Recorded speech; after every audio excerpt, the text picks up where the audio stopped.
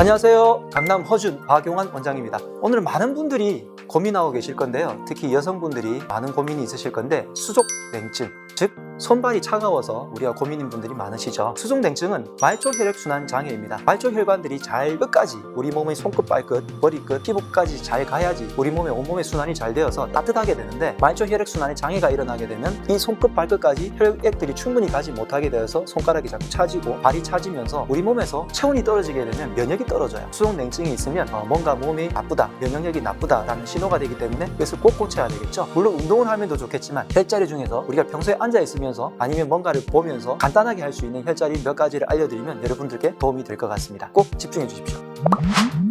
첫 번째 여러분들께 알려드릴 부분은 혈자리라기보다는 누구나 다 쉽게 알 수 있는 자리입니다. 이 부분을 외국에 있는 연구기관에서 4주 동안 이 부분을 매일마다 1분씩만 자극을 해줬더니 4주 뒤에 어떤 결과가 일어나냐면 백혈구의 수치가 무려 50%가 더 증가했습니다. 50%면 면역력도 50%가 증가했다는 말과 어떻게 보면 비슷하죠. 면역력에서 가장 중요한 게 바로 백혈구의 숫자거든요. 어느 부분이냐면 바로 손끝입니다. 손끝들을 그냥 이렇게 물론 아프긴 하지만 강하게 이렇게 돌려주면서 자극하는 거예요. 그냥 이렇게 아주 쉽죠. 그냥 여러분들이 뭔가 하고 있을 때 아니면 잠깐 쉴 때라도 그냥 이렇게 10손가락을 다 자극만 해주시면 돼요. 너무 쉽지 않아요? 그냥 대화할 때, 친구들이랑 대화할 때 어떻게 잘 살았니? 하면서 이렇게 나도 모르게 면역력이 증가하는 거죠. 그래서 손끝을 이렇게 자극해주고, 물론 발끝도 자극하면 좋지만 발은 우리가 평상시에 만지기가 쉽지는 않잖아요. 되게 돌아가신 상태에서 발을 씻고 나서 발끝도 그렇게 자극해주면 좋습니다. 어쨌든 10손가락을 끝을 자극을 해주는 것만 해도 우리가 백혈구 숫자가 늘어나고 면역력이 좋아지고 말초 혈액순환이 잘 되어서 수족냉증에 도움이 된다는 거 꼭 기억해 주시기 바랍니다. 두 번째는 혈액순환이 되려면 혈액순환이 되는 곳의 길을 뚫어줘야 되겠죠. 그 길 중에서 가장 중요한 것이 우리 온몸에서 이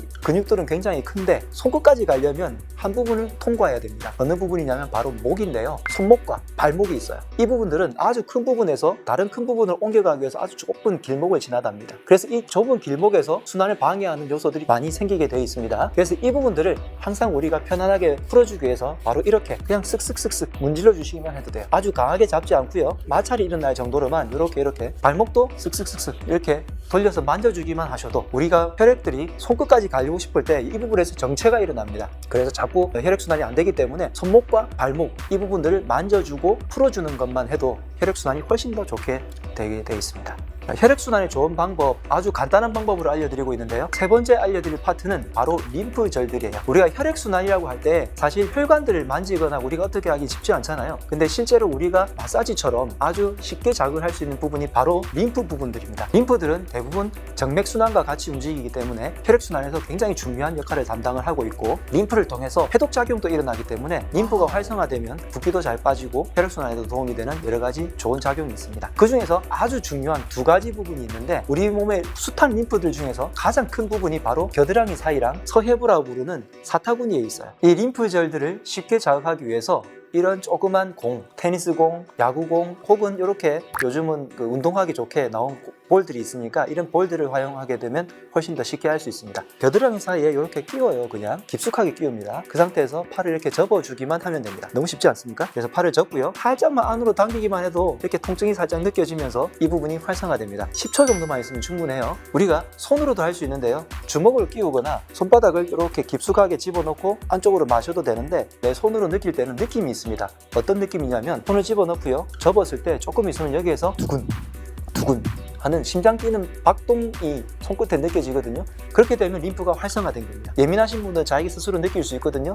이 부분에서 림프가 박동이 툭툭 일어나는 것을 느끼실 거예요. 사타구니 부분도 마찬가지입니다. 내가 손으로 이렇게 깊이 눌러도 되고요. 아니면 엎드린 상태에서 공을 놔두고 눕게 되면 조금 있으면 그 부분이 활성화가 됩니다. 그래서 이런 부분들을 편안하게 자극해 주면 좋은데, 이때 주의해야 될 부분이 림프절들은 잘못 강하게 자극을 하게 되면 오히려 성이 납니다. 그래서 부어 올라요. 그래서 림프절들은 아주 가벼운 자극을 주어서 10초 정도만 부드럽게만 자극을 주시면 충분히 혈액순환에 도움이 될 수 있습니다.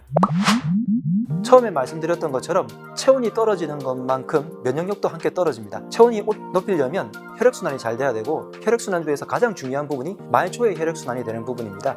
그래서 수족냉증을 해결하기 위해서는 말초 혈액순환을 도와줘야 되는데, 이때 손끝을 자극해주고 혈액순환이 갈 수 있는 길을 터주기 위해서 손목과 발목을 이렇게 풀어주고 그 다음에 혈액순환을 쾅쾅 시켜줄 수 있는 큰 림프절들을 자극해주게 되면 여러분들의 혈액순환, 수족냉증이 해결되면서 따뜻한 생활을 하실 수 있을 거예요. 지금까지 강남 허준 박용원 원장이었습니다.